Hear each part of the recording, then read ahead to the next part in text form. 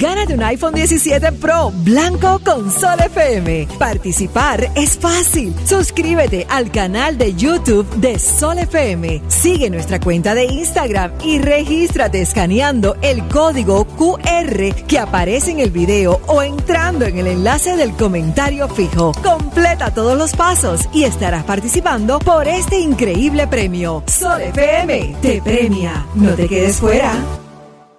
Está con nosotros el ministro de Hacienda, Magín Díaz. Hace un momento que anunciamos las emisoras que estarán en cadena con nosotros. Y bueno, tengo que anunciar que se ha añadido, con la autorización desde luego de RCC Media, se ha añadido pues Tomás Radio en Santiago Rodríguez, 96.7. Tomás. Sí. Ese del gran Tomás. Sí, Tomás Radio, eso es Santiago Rodríguez, 91.7. Y en Dajabón, la 94.9, que es Radio Samba y Radio Beler en Mao. Así es que... O sea, en la frontera están escuchando. Sí, todo. sí. Vamos a iniciar, señores, esta conversación con el ministro de Hacienda, Magín Díaz, de Economía y Hacienda, porque se ha producido una fusión desde hace un tiempo y el ministerio es de Hacienda, Economía de la República Dominicana.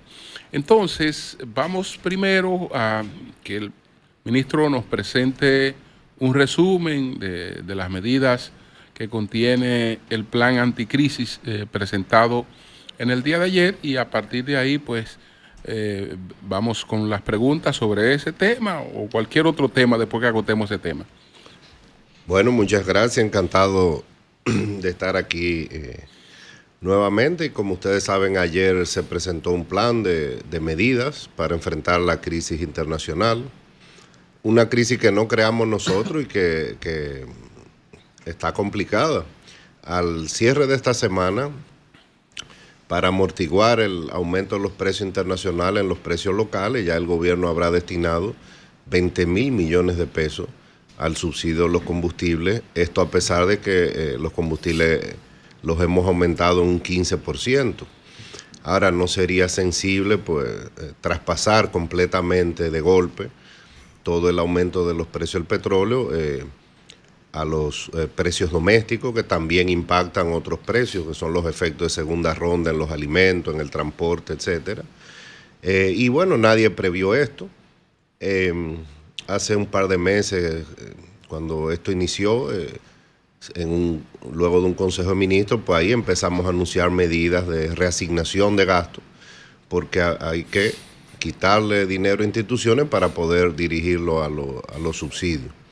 Pero eso no es suficiente y por eso estamos sometiendo este plan de medidas, que no es grande. Ahora, cuando ya se dé a conocer el proyecto de ley, ustedes verán que hay reformas estructurales importantes al Código Tributario. O sea, no es un simple anuncio de 3 o 4 cosas que se van a hacer, es un proyecto bien pensado, tomando en cuenta la coyuntura actual y lo que ha pasado en el mundo después del 2019 y en América Latina, donde cada vez ha sido más difícil pasar cualquier proyecto de medidas tributarias. 10 países han intentado, incluyendo nosotros 2 veces después del COVID, hacer reformas, y 8 fracasaron, incluyendo a nosotros 2 veces. Y los que han podido pasar reformas son reformas mostrencas prácticamente. Con sobretasas a sectores específicos, un aumento desproporcionado del impuesto sobre la renta. O sea, el mundo se ha complicado. Y bueno, uno tiene que ajustarse a las circunstancias. Hasta los organismos internacionales se han ajustado, sugiriendo reformas que sean más progresivas, que paguen más el que tiene más capacidad contributiva. Y hemos hecho una combinación de medidas tributarias, pero también medidas para dinamizar el crecimiento, simplificar el sistema tributario y medidas para combatir la evasión. O sea, en el monto de recaudación podría ser pequeño para lo que se ha presentado anteriormente en el Congreso, pero es un plan bien completo. Para incentivar la inversión se está proponiendo depreciación acelerada para las empresas que puedan invertir en maquinarias y equipos, y eso lo van a depreciar aceleradamente. Eso implica menos pago de impuestos sobre la renta en los primeros años. A los exportadores locales se les va a reembolsar no solo el ITEVI, que ya se les reembolsa, sino los impuestos selectivos.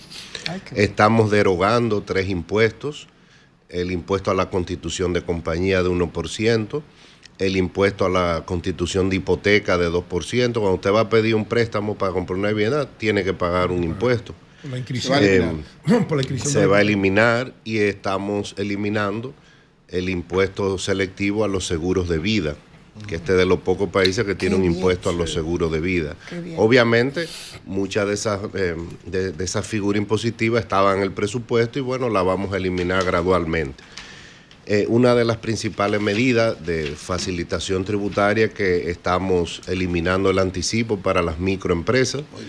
Eso va a impactar de unas 110,000 microempresas que declararon impuestos sobre la renta el año pasado, pagaron anticipo, y eso implica el 78% del universo de empresas que declararon renta.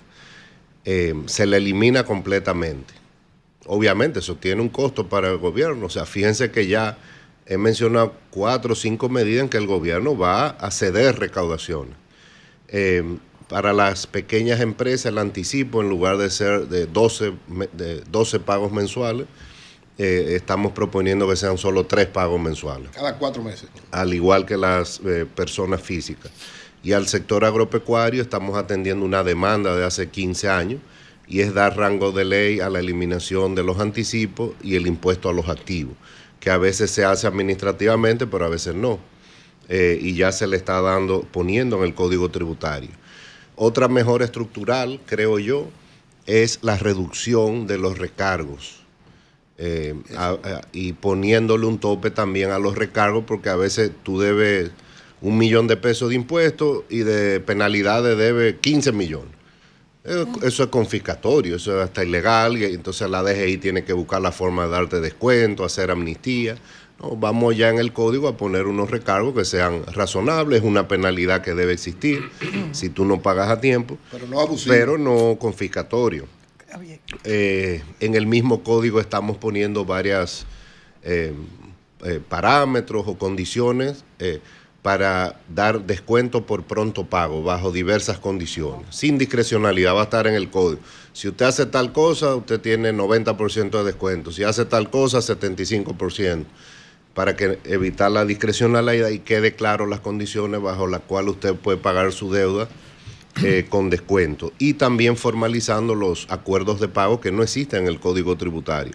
Se dan administrativamente, pero ahora le estamos poniendo reglas, lo estamos formalizando, para que tengan mejor base jurídica. Como es un cambio tributario importante, lo estamos acompañando de una amnistía de deudas tributarias. No es lo óptimo, se han hecho varias recientemente, pero han sido años muy difíciles. Se justificaba claramente con el COVID, con todas las crisis, pero cuando tú haces una reforma con cambios sustanciales, pues se podría justificar, y lo estamos haciendo. El que tiene deuda tributaria se puede acoger hasta fin de año y pagar en los próximos meses.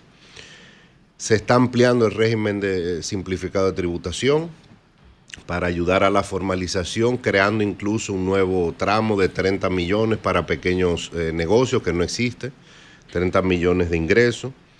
El impuesto sucesoral, que es de 1950, lo estamos actualizando. Ahí los tramos exentos ahora mismo son $500 y $1,000. Lo estamos llevando a 1 y 2 millones de pesos, pero el cambio más fundamental acá es que cuando un padre aquí quiere hacerle una transferencia de una propiedad a su hijo, tiene que pagar 25%. Y eso lo estamos bajando a 3%.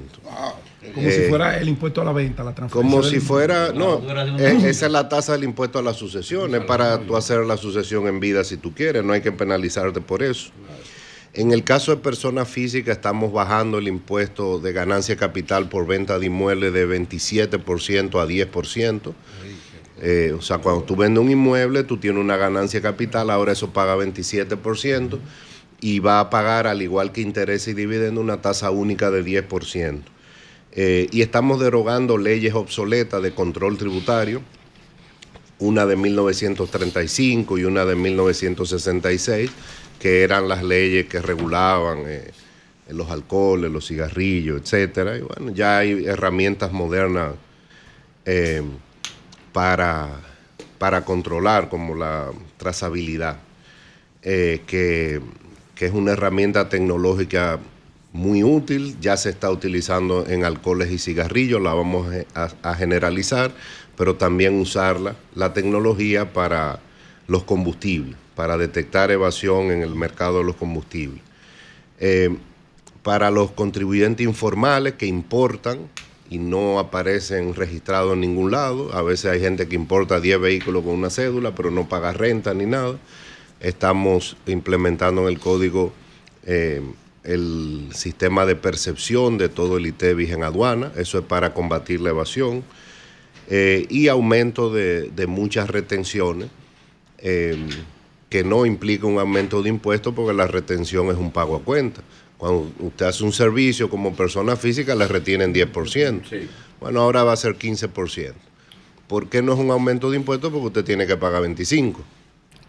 Ahora se le va a retener un poco más y así usted tiene el incentivo incluso a declarar. Mucha gente no declara.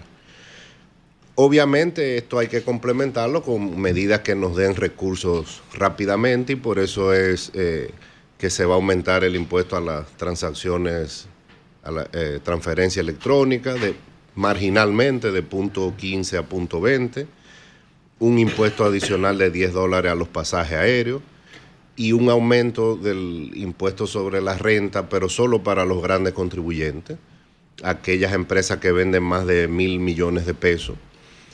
Son unas 1.080 empresas de un total de 140.000, que básicamente representan entre 70 y 75% de la recaudación. O sea que ese aumento no va a tocar a la mayor parte de las empresas del país.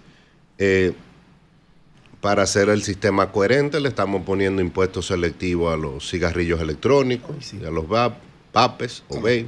A los juegos. La misma tasa que tienen los cigarrillos, la misma tasa efectiva, un poco más de impuesto a los juegos de azar y a los casinos, que yo creo que eso es justo.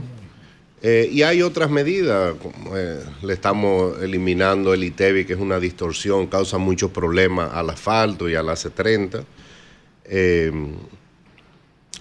Y estamos pensando en la clase media. Es difícil hacer una reforma sin tocar la clase media, y esa ha sido la crítica de las reformas en América Latina en los últimos 15 años. Pero ahí lo que estamos haciendo para ayudar a la clase media es, tomamos la decisión, aunque el gobierno pierde mucho dinero por hacer esto, es indexar el mínimo exento. Lo estamos llevando a casi 40,000 pesos, eso cubre la canasta básica del segundo quintil. Y con esa decisión queda fuera del alcance del impuesto sobre la renta el 85% de los asalariados del país. Y aumentando la deducción de gasto educativo de 25 a 30% para ayudar a la familia. Pero ese 30% sube a 50% si usted hace gasto en educación, en niños especiales con condiciones de autismo, que ustedes saben que son colegios más caros, o los colegios piden cargan más por esos niños porque necesitan profesores hombres, etcétera. Entonces ahí la deducción va a llegar hasta el 50%. O sea que esas son medidas que claramente benefician a la clase media. O sea, es un proyecto que está pensado en la progresividad, o sea, quien más capacidad contributiva tiene es quien más va a aportar. Está pensando en la equidad, hacer un sistema más justo. Las medidas que fortalecen la lucha contra la evasión van en esa dirección. También mejoran la equidad, se está apoyando la clase media. Yo creo que es un proyecto viable, razonable. Obviamente estamos abiertos a las críticas y este es el proyecto que las condiciones demandan y que además nos va a dar una recaudación razonable que nos va a permitir financiar subsidios, no bajar el gasto en protección social y también, bueno, quitarle un poco de presión al déficit fiscal. Bueno, señores, reiterar que están con nosotros Mario Herrera, que es el coordinador de Rumbo de la Mañana, Felipe Romero, que es del equipo del Rumbo de la Mañana, que Rumba está pues con nosotros en esta transmisión, como están otras emisoras que ya mencionamos. Entonces vamos a iniciar las preguntas, Magín.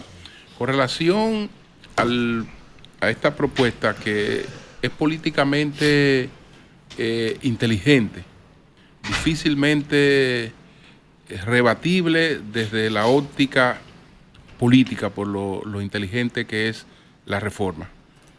Pero desde la ortodoxia económica no pudiera verse como una reforma demagógica, populista, desde la ortodoxia propiamente económica. No, demagógica y populista no, bien pensada sí.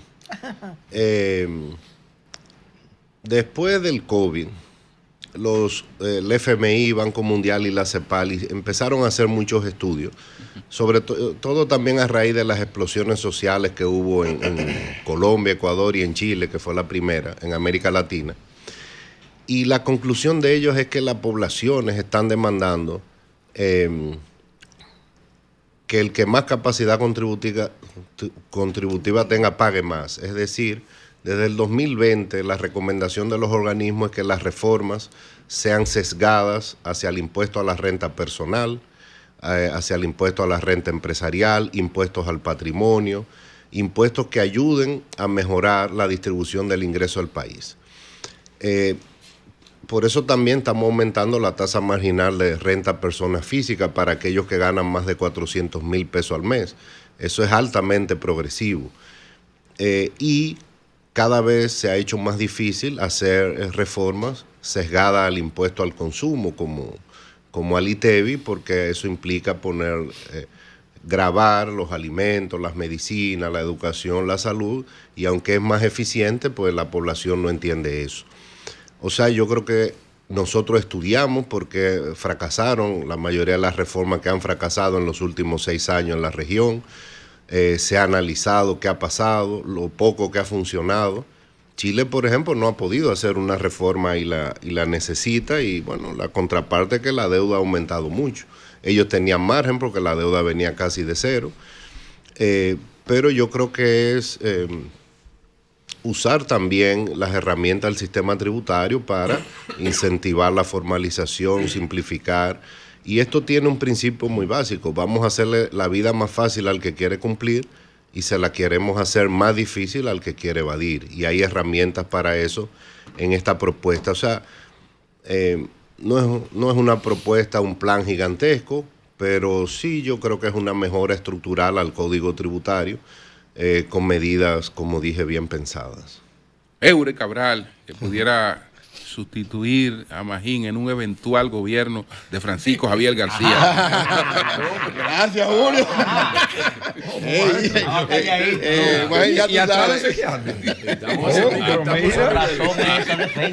Pero ya yo sé. Ahí hasta yo me formalizo. La misma pregunta que te hice ayer en el encuentro, porque me parece muy importante. La reforma anterior, una de las cosas por las que fue muy criticada, porque tenía una visión irracional de cómo ver el asunto de los incentivos, de la ley de incentivos, cómo plantearla. Aunque evitó plantearlo como el anterior, tiene un aspecto que dice poder de veto en la clasificación de los beneficios de la ley de incentivos al Ministerio de Hacienda y Presidencia, comillas. Entonces, es para evitar abuso, pero el abuso es de gente que se quiera aprovechar de eso. Ahora, podría haber abuso de parte de un ministro que llegue y quiera a un sector afectarlo. ¿Cómo evitar eso? O sea, bueno, por eso el presidente fue muy sabio y el poder de veto se traslada a la presidencia. O sea, no es el Ministerio de Hacienda propiamente. El ministro de Hacienda hace un estudio técnico, un análisis costo-beneficio, determina que no se debe dar ese incentivo y hace un análisis motivado y el presidente es que va a decidir. Okay. Es la presidencia que decide. Okay. Rosendo. Ministro, yo le quiero hacer una pregunta. Primero, yo creo que la participación suya hoy aquí en El Sol de la Mañana es sumamente oportuna, dado el momento que estamos viviendo. ¿Cuánto ha afectado? En El Sol y el Rumbo de la Mañana también. Y el país entero, el país está conectado desde El Sol de la Mañana. RCC Media ofreciendo cosas buenas al país. Una red nacional de emisoras. ¿Cuánto ha afectado, ministro, al país desde el punto de vista de la estabilidad macroeconómica el hecho de que se hayan los gobiernos, por razones de no asumir un costo político, como se dice, hayan dilatado la aplicación de reformas económicas que son necesarias? Bueno, la estabilidad macroeconómica no se ha afectado. Somos el país de mayor estabilidad macroeconómica de la región y por mucho. Eso tiene una explicación también. El país ha profesionalizado el manejo de su deuda pública. Hace 20 años no existía un mercado de deuda pública profesional en el país y ya lo existe. Entonces, se puede decir también que la deuda nos ha ayudado a sobrellevar esto. Y no hay que olvidar que la estrategia de desarrollo lo que apuntaba era hacia un gasto público más o menos por el nivel que andamos, cerca de 20% del PIB o un poco más ya para estos años. Pero también la estrategia de desarrollo decía que los ingresos tenían que ser mucho más altos. Y esa parte no ha pasado.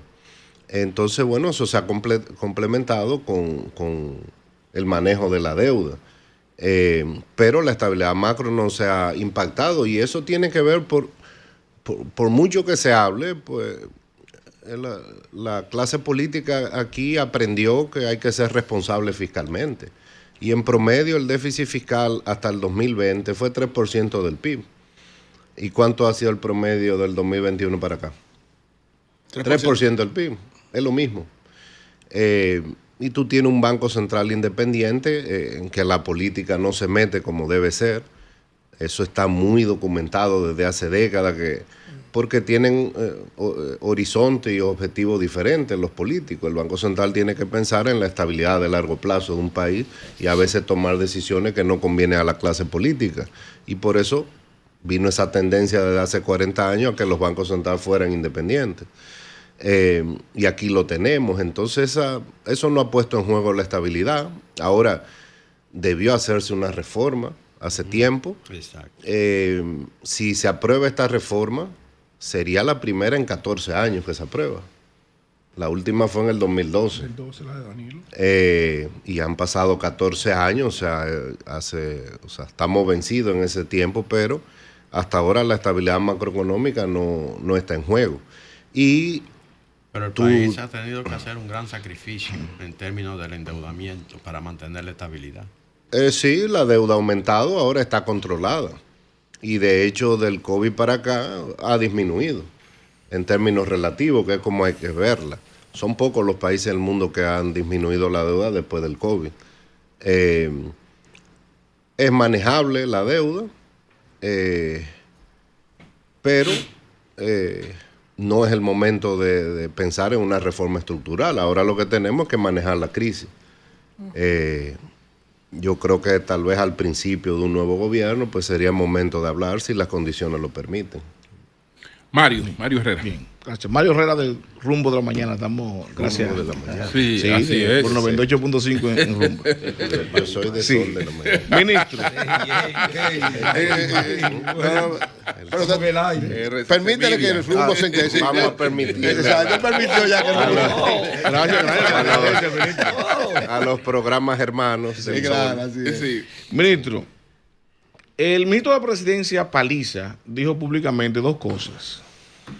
Primero, que el gobierno no estaba pensando en una reforma o en el plan, como usted le llama, dijo en su momento. Inclusive dijo que usted fue que le respondió al presidente Danilo Medina que era imposible pensar en una reforma, en un plan, como usted le llama, en estos momentos. Entonces, mi duda es, ¿por qué el gobierno lo negó en un principio, ahora lo presenta? O más bien, ¿qué cambió que en ese momento usted señalaba que era imposible pensar No, en una porque reforma. como decía un y hoy la profesor, presenta. decía un profesor mío, las preguntas no cambian, lo que cambian son las respuestas. Entonces, esta crisis vino impredecible. En palabras de la Agencia Internacional de Energía, es la disrupción más grande en el mercado petrolero en la historia, más grande que la crisis de los años 70, que tuvo un impacto mayor en el precio, pero ahora el mundo está más diversificado. Entonces, un gobierno está para gobernar. Cuando hay que hacer las cosas, hay que hacerlas. También aquí se van a pagar más impuestos y eso no es simpático tú proponerlo a la población. Pero es lo que toca hacer para que el déficit no se nos vaya de la mano, para poder atender los subsidios, porque la alternativa es aumentar los combustibles. Por ejemplo, si queremos eliminar el subsidio a los combustibles y el petróleo está a $100, habría que aumentar más de 60 pesos el galón, sobre los 45 pesos que ya aumentamos. Entonces, eso no es razonable. Si no hacemos algo de subsidio, la inflación se va a disparar, porque también los subsidios controlan los precios. Entonces, cambiaron las circunstancias.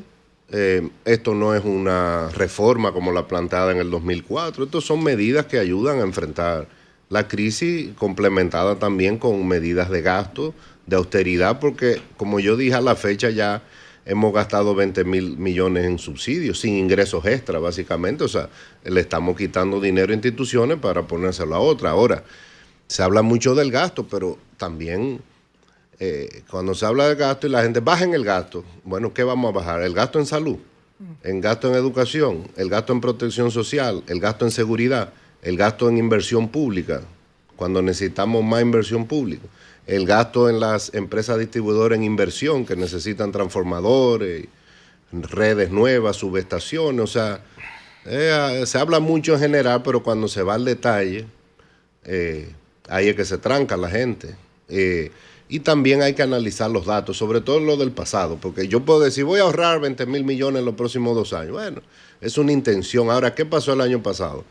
El gasto corriente bajó 0.5% del PIB. Eso equivale a 40,000 millones de pesos, que bajó el gasto. Nadie dijo nada. Y la gente sigue, baja en el gasto, pero que ya bajó el año pasado. El gasto total bajó y nadie ni vio el dato. Entonces, se habla mucho, pero sin analizar los datos. Entonces, lo que estamos haciendo también es presentando algo razonable y con la transparencia que ameritan las circunstancias que el país exige, pero también con datos fehacientes. Don Virgilio. Ministro Magín Díaz. Gracias por la pregunta. La próxima. Bienvenido Yo a su pensé programa, ministro. Pensé que había preguntado. No, pensé que ya había preguntado. Mire, ministro, sobre la amnistía, yo sé que todavía usted Me tiene excedí. algunos datos ¿Qué pasa? inconclusos, pero La amnistía muchas fiscal. preguntas de la gente nos hace cuando usted hizo el anuncio ayer sobre cómo sería el proceso de la amnistía, cuándo entraría en vigencia. Yo sé que esto lleva un proceso legal, lleva un proceso de sometimiento ante el Congreso, pero más o menos, ¿qué usted nos puede decir con respecto a eso? Bueno, están las condiciones bajo las cuales usted se puede acoger escrita en el proyecto de ley. Es para deudas tributarias, eliminando, de acuerdo a varios parámetros, en qué condiciones se le elimina el 100% de los recargos, en otras un porcentaje menor, 80%, etcétera. En algunos casos va a tener que pagar solo 1 año de intereses. Hay varias condiciones, pero hay que primero ver qué sale del Congreso, cuándo lo aprueba, si hace modificaciones. Inmediatamente se apruebe, 1 o 2 semanas después ya la DGI va a estar lista para aplicarlo. Porque la idea es que eso esté vigente hasta el 31 de diciembre solamente. Eso pretende, aparte, no de una facilidad, sino de causar más recaudo. ¿Tienen un Bueno, aproximado? no, es difícil saber. Sí sabemos que hay muchas deudas tributarias, que en algunos casos, como yo dije, son confiscatorias porque las penalidades son más altas que los impuestos que se deben. Es difícil ponerle un número, pero uno no lo hizo pensando en la recaudación adicional, sino en que la gente pues limpie su historial. Se van a dar también acuerdos de pago, porque mucha gente no tendrá el dinero en ese momento, y es aprovechar la oportunidad de un cambio del sistema tributario para que el que quiera darle las condiciones para que se ponga al día. Manuel. Ministro, dos cosas. Una de las causas, creo yo, de las causas fundamentales del fracaso del proyecto de reforma que se intentó aprobar en el pasado, o dentro de ellas, la arrogancia y la petulancia del ciudadano que usted sustituyó, me parece que fue un factor importante en ese fracaso. Y sí, la verdad, esa es la verdad. Así mismo es su verdad. No, esa es la verdad, un arrogante del carajo. Entonces, usted que es un veterano ya, que conoce, creo que inclusive cruza el río con ese traje y no se moja nadando a mano, ¿usted pretende, tienen sus planes, antes de llevar eso al Congreso, volverlo donde Danilo, volverlo donde... Lo último fue un elogio. No, claro que sí. Ya el presidente Fernández fijó posición desde Madrid. Me imagino que no debió haberlo hecho, porque imagina de llegar a la posición que el proyecto es mucho más amplio, lo están preparando para presentarlo. Usted lo va... No, a mí me gusta cuando el presidente Fernández se opone a la reforma, considerando que él hizo una, que yo participé en el 2004, en el 2005, una en el 2006, una en el 2007, una en el 2011, donde...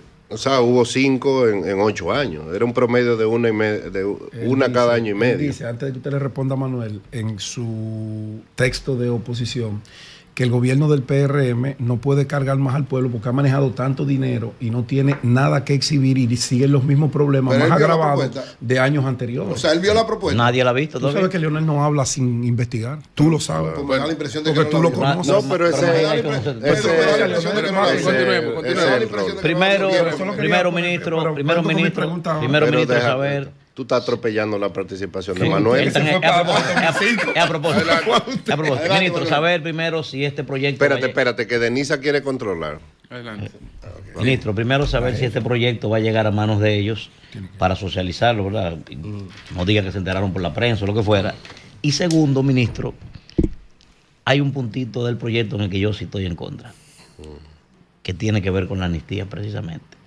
Es a las 4 que me levanto todos los días, voy a la yuca para pagar mis impuestos. Sí. Entonces estoy en contra de que hagamos ejercicio nosotros y un grupo de gente que no pagó nada, que vivió a la Boulanger, probablemente se cogió sus impuestos y lo disfrutó, hoy encuentra una amnistía. Le pregunto, no había la posibilidad de decir, mire, usted debe 1,000 pesos, pague 1 a 1, no importa, pásese 10 años pagándolo, pero pague los 1,000. No había posibilidad de eso y no encontrar una amnistía aquí en el camino. No se van a perdonar los impuestos, como ha ocurrido en amnistías anteriores. O sea, el 100% de los impuestos se va a pagar. Y estamos poniendo también, en la mayoría de los casos, que paguen aunque sea 1 año de intereses. O sea, no es una amnistía, no es un cheque en blanco de que usted no pagó, algo adicional va a pagar. Okay. Ahora, como te dije, y no sé por qué no se hizo antes, debió hacerse. O sea, los recargos aquí te convierten la deuda en una payasada. Cuando tú estás en DGI, tú ves eso, tú dices... Haga lo que usted quiera. Claro, y se crea también una discrecionalidad en la DGI, porque entonces... Y contribuye a la evasión, porque la gente... Claro, entonces estamos corrigiendo eso. Mucha gente no paga porque simplemente no tiene la capacidad contributiva para pagar esas penalidades, pero... En la mayoría de los casos pues, estamos poniendo que pague el impuesto más algo más, 1 año de intereses, 6 meses de intereses. Ahí no es lo óptimo, pero también en medio de esta crisis pues también se justifica porque hay gente que quiere regularizarse y simplemente no puede. El tema con los líderes, imagino. De los líderes, si lo van a... No, el proyecto fue consensuado a nivel interno, obviamente, que trabajó el Ministerio de Hacienda con sus dependencias, consultamos al Banco Central también, a los técnicos y vimos todo el proyecto con ellos.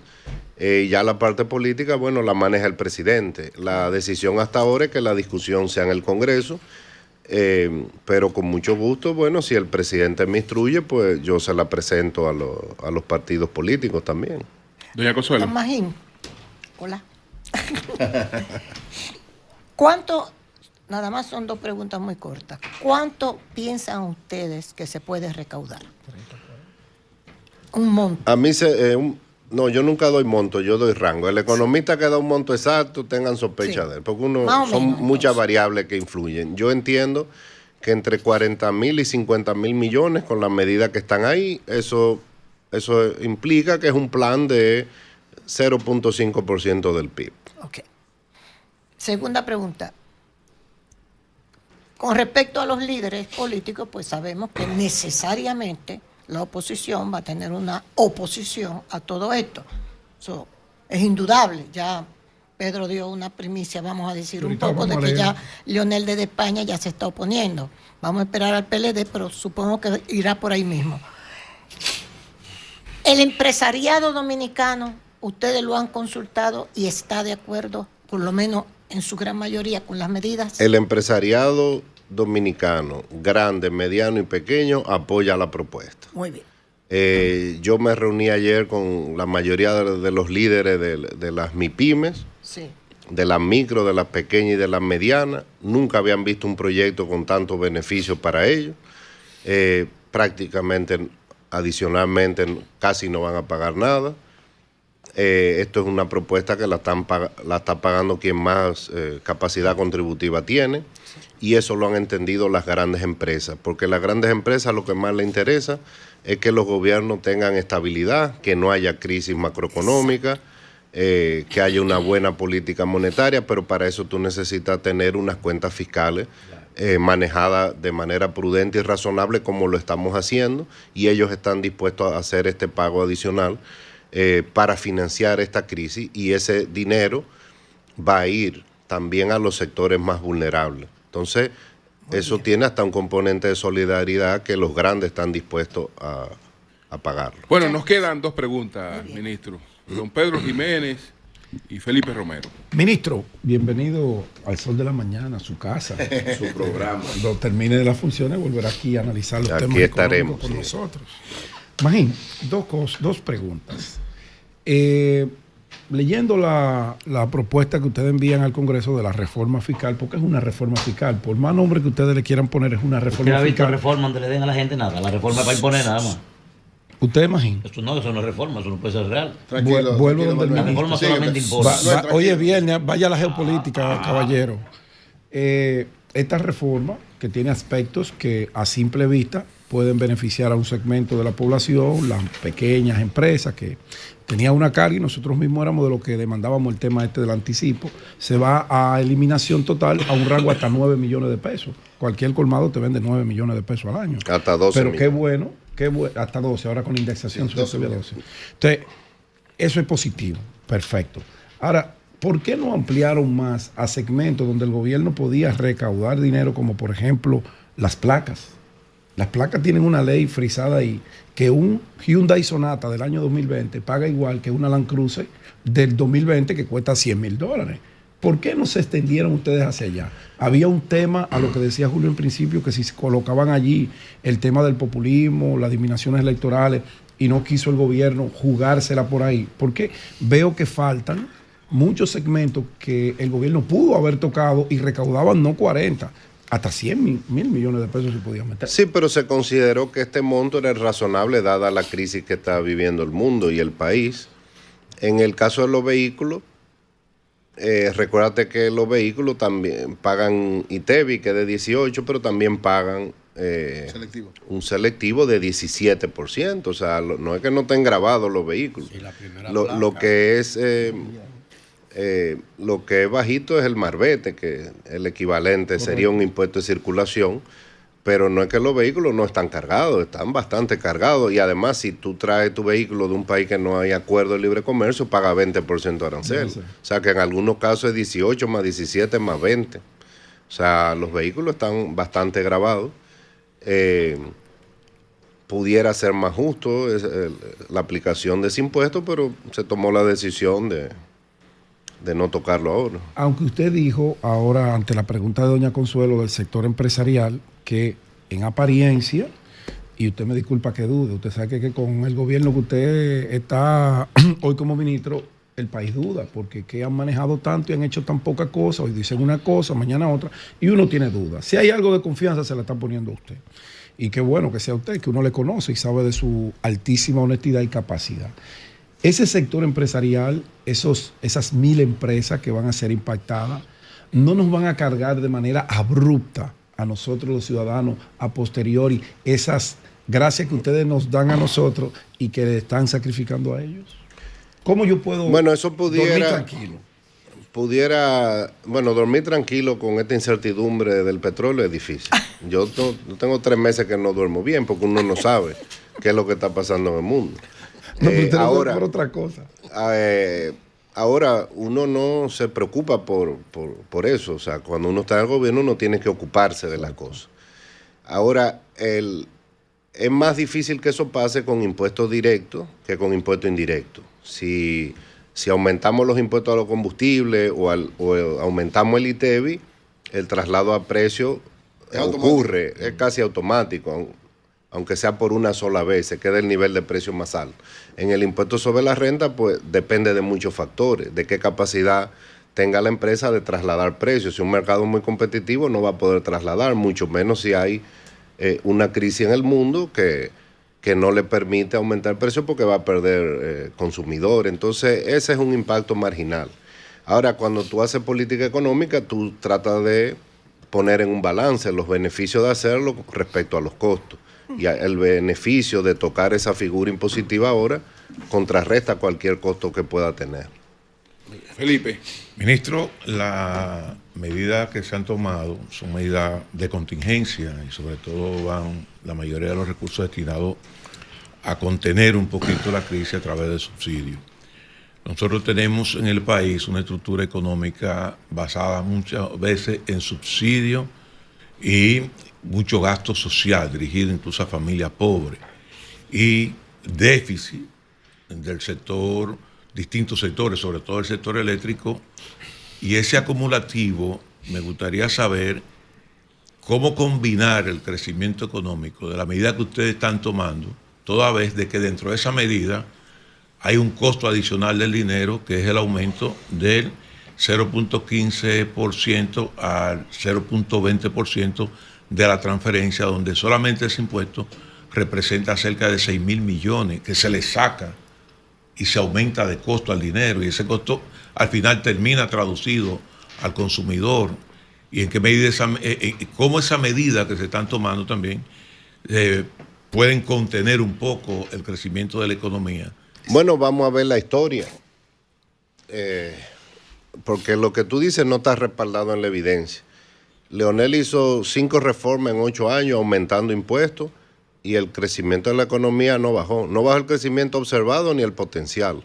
Danilo hizo una reforma en el 2012 y después de ahí duramos sus 8 años creciendo 6%.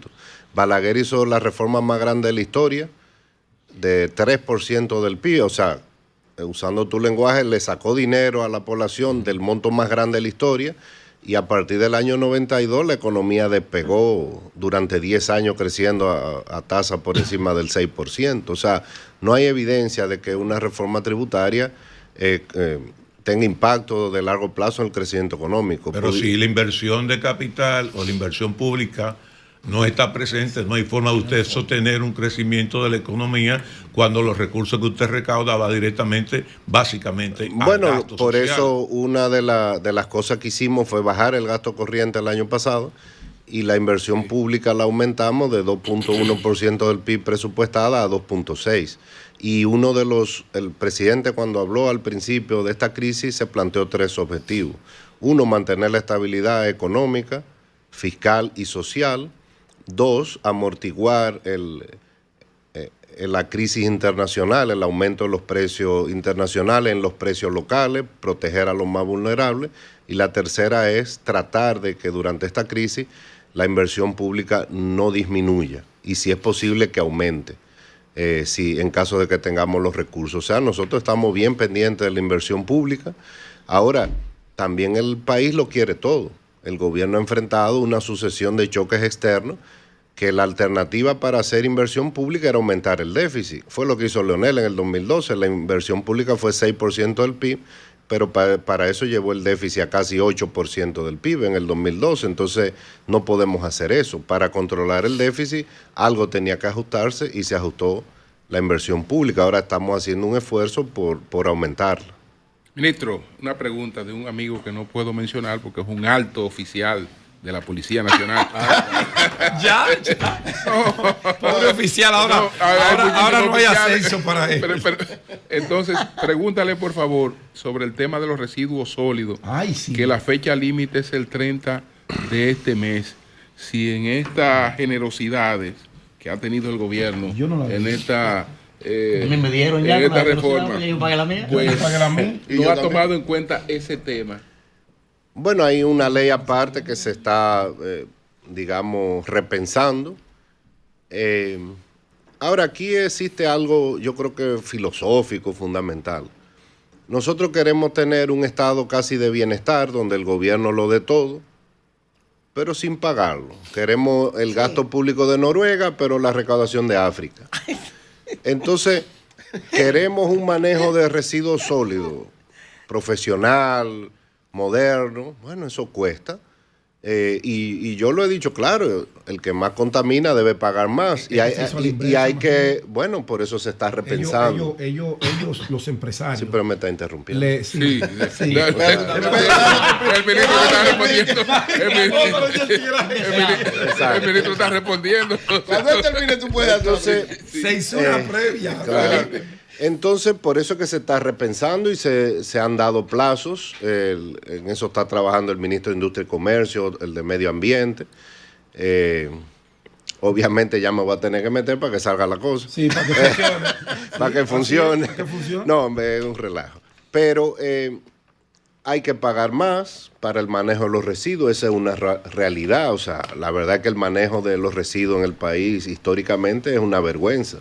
Ahora cuesta, ahora tú vas a esas nuevas facilidades y es impresionante ya el manejo moderno. Pero yo creo que vamos a hacer algo razonable, donde también el que tenga más va a tener que pagar más. O sea, no vamos a cargarle este costo a la MIPYME, ni mucho menos. Cada uno, y eso es lo que dice la Constitución, cada uno que pague de acuerdo a su capacidad contributiva. Bueno, señores, gracias al ministro de Economía de Hacienda y Economía de la República Dominicana, el licenciado Magín Díaz, por esta conversación con nosotros. Qué lástima que no hemos podido tratar otros temas, porque entonces pudiera esto malinterpretarse, ¿no? Claro. Ya opinando sobre la situación internacional y eso. Así que muchas gracias. Gracias a ustedes.